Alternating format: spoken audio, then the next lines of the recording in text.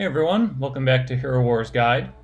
I'm going to talk today about the events that were just added to the game data for the month of September. I want to start off by saying that these are definitely subject to change. There are some very strange things here in the upcoming event schedule, and some of them are in contrast with what the community managers were apparently telling people about the events that will overlap the Lore Festival. And also in the following week, there are a number of events that are normally weekend events that are short in duration and overlapping each other. So very different than anything we've ever seen before, and therefore subject to change. These things are not set in stone. It's just what's in the game data right now. All right, so without further ado, jumping in, we're going to start out with just the list of small events that overlap the Lore Festival. And these are one-day events. You can see here from logging in only one time, and then you'll have a task to complete for that day. This was the same thing that we saw last year with single-day tasks overlapping Lore Festival. They're typically very high spend for some dolls that split open. There are okay rewards in there, but most of these events are going to be very high cost and generally I don't think worth spending a whole lot into. Okay, so the first one going live just tonight here on web is opening a bunch of Outland chests, and then that'll run for 24 hours, and then we'll have a new one each day of the Lore Festival. Next is opening a full chest of the tower, 45, so that's every single chest, all three on each level of the tower that provides them. And then this one, probably the worst of all. None of them are great rewards, but this heroic chest up to 70 in a day, kind of crazy there. Definitely don't spend any efforts on completing that one. Then the fourth day of the festival will have opening the heroic artifact chests. Then pet summoning up to 50 in a day here, so if you have a big backlog of eggs, that one you maybe can knock off without having to spend a whole lot. And then Foundations of Power, it's the same name they use for the Titan Skinstone event, but this is just another one-day task here for doing some summons in the Titan summoning circle. So make sure you save up a few, and you can complete this one for free as well. And then the next day is going to have Energy Overload, which is spending 8,500 in a day. Again, the rewards on this probably not worth the large expenditure that would be required to do this, especially since the Lore Festival requirements are pretty low. I think this is more energy in just this day than you need for the entire Lore Festival event. But we'll see if I've got that right here just in a second. Now we're getting into the actual lore events themselves. There's two of them. There's this Lord Rush, and the other one I believe is called Lore Festival. So this one is going to run from September 1st through the 7th here in the United States. And this is the one that kicks in a day into the Lore Festival. And what we have here is just getting to a high rank in the quiz, and this is just reaching it at any point. You don't need to maintain that ranking. And here they go in reverse order because you get a small reward for getting top 1,000 and then on down to 325 and 3. If I remember correctly, this is just an avatar, so ultimately not that important, but maybe there's a ticket or two in there as well. I'm not 100% sure. And the event data doesn't provide the rewards. They're subject to change from last time anyway, so I don't want to dwell too much on what that was last time around. But anyway, then you get further rewards for earning points in the quiz, just simply logging in, and some freebies for having high enough VIP level. So this one's much smaller. The next one we'll look at here is the main Lore Festival events. And so here we have 7 logins, completing the tasks of the special event, so all the other stuff we have listed here. Getting only 30 Outland chests, 3,500 energy, running some adventures, getting Titanite, all very achievable here. As I mentioned, this amount of energy you need for the 7-day event is less than half of what you need for the 1-day event, so much more straightforward here. 60 tower chests in a week is very achievable. 25 expeditions. It's basically a free-to-play event here for the main swing of it.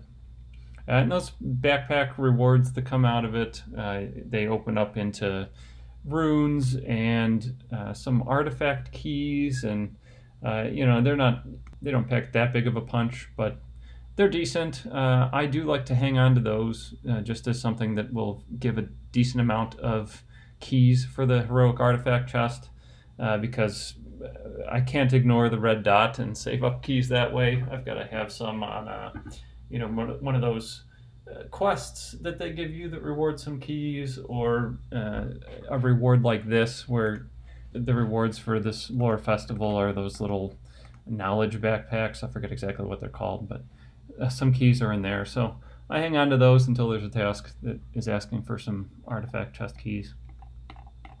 Okay, and now, so after the lore festival ends, which again will be Wednesday night here in the United States, schedule has been off of their normal Thursday to Thursday night or Friday morning. We start to see what are normally full weekend events that run only for one day, and on several of these days they actually even overlap each other. So then you have what's going to be extremely difficult to achieve tasks here, because they're the normal milestones with the exception of login, which they did reduce down to 1. You have spending emeralds at the same level that elemental synergy is normally going to ask for you. 15,000 energy in a day, 600 soul stones in a day. So these requirements are nuts for a single day event. These might be, and this is where I think, these are very subject to change. I don't know if they're actually going to launch like this, because it's so much different than what we've seen before, at least in my time playing this game. For now, this is what it is, so I want to give you the heads up, but won't be surprised if these change.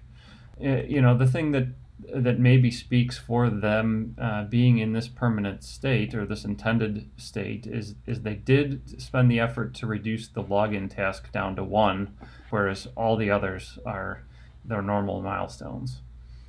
Good luck hitting 66 on this thing with some of these other beefy requirements.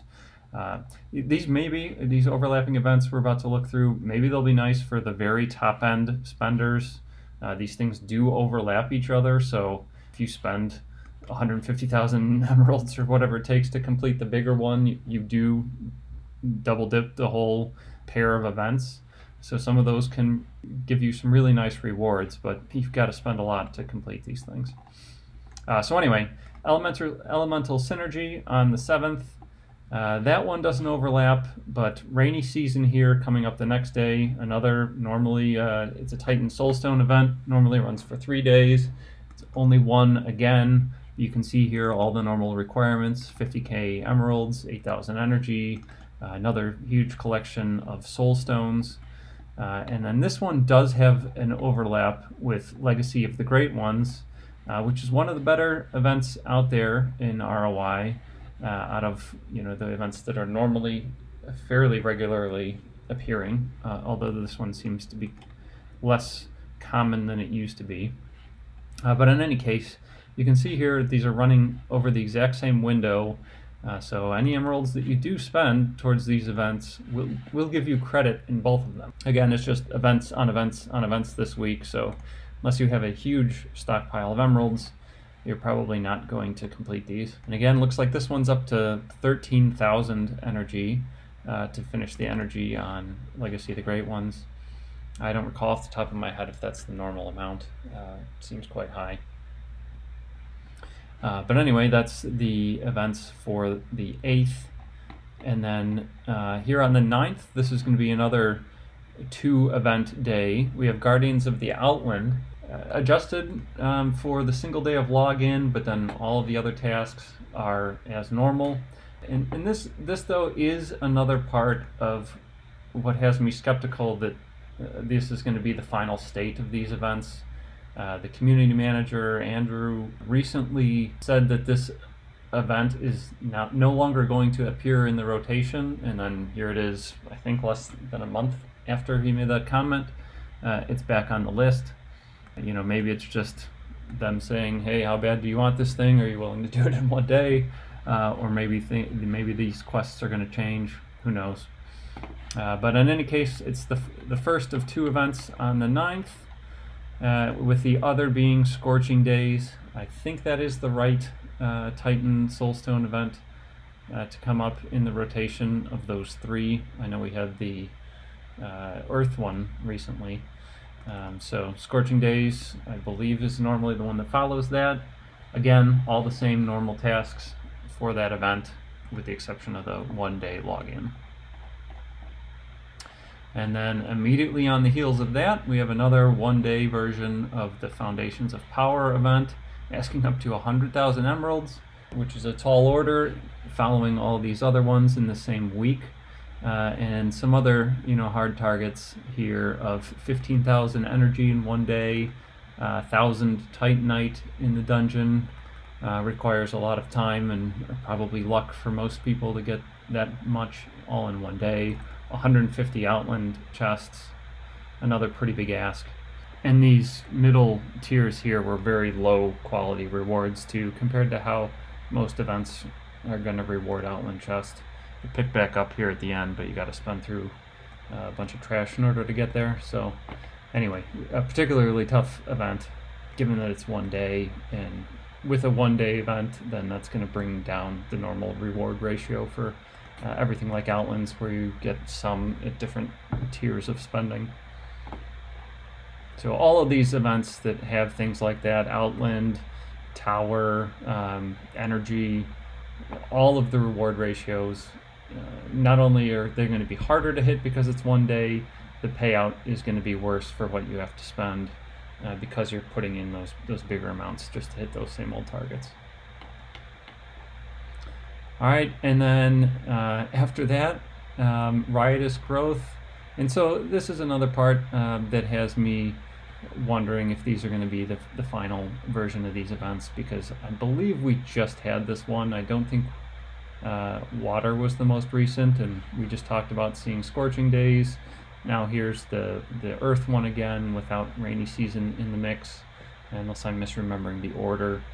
This seems unlikely to me. Oh, and I was mistaken. It looks like that's actually running on the same day as Foundations of the Power. So, we'll see. That's how it is right now. Then we have Great Storm. This is where I'd say it's getting back to normal, although it's not quite normal, because this is, in the US, this is Sunday through Wednesday, or Monday to Wednesday in Europe, or according to the Hero Wars official calendar. So it's 3 days like normal, but it's not falling on the normal days of the week. So who knows? Maybe this will be here, maybe not. But it's we're done with the overlaps at this point. It's the right event running in the right number of days.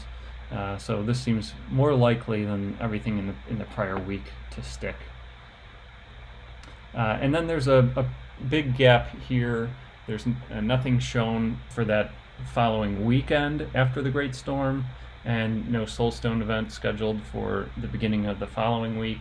And then we have Time of the Fearless here at the end of the month, and this is following the normal Thursday night to Sunday night schedule, again for the US.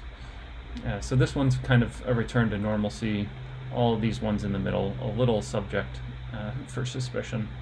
And then finally, the other thing I wanted to do a quick call out for that came in this game data is they added some reference to a new tower minigame, which looks kind of, it was flagged as a tutorial in some way. So I'm not sure exactly how that's going to plug in for existing players. It may even be live right now, since this version of the game data is technically live, and this thing, I didn't see any date stamps on it. So there might be some kind of new minigame related to the tower. I think Galahad is going to be featured in it, like a lot of the campaign minigames. I'm not exactly sure how it's going to play, what the reward is, if it's going to be in place for existing players, or if it's only new players the first time they hit the tower.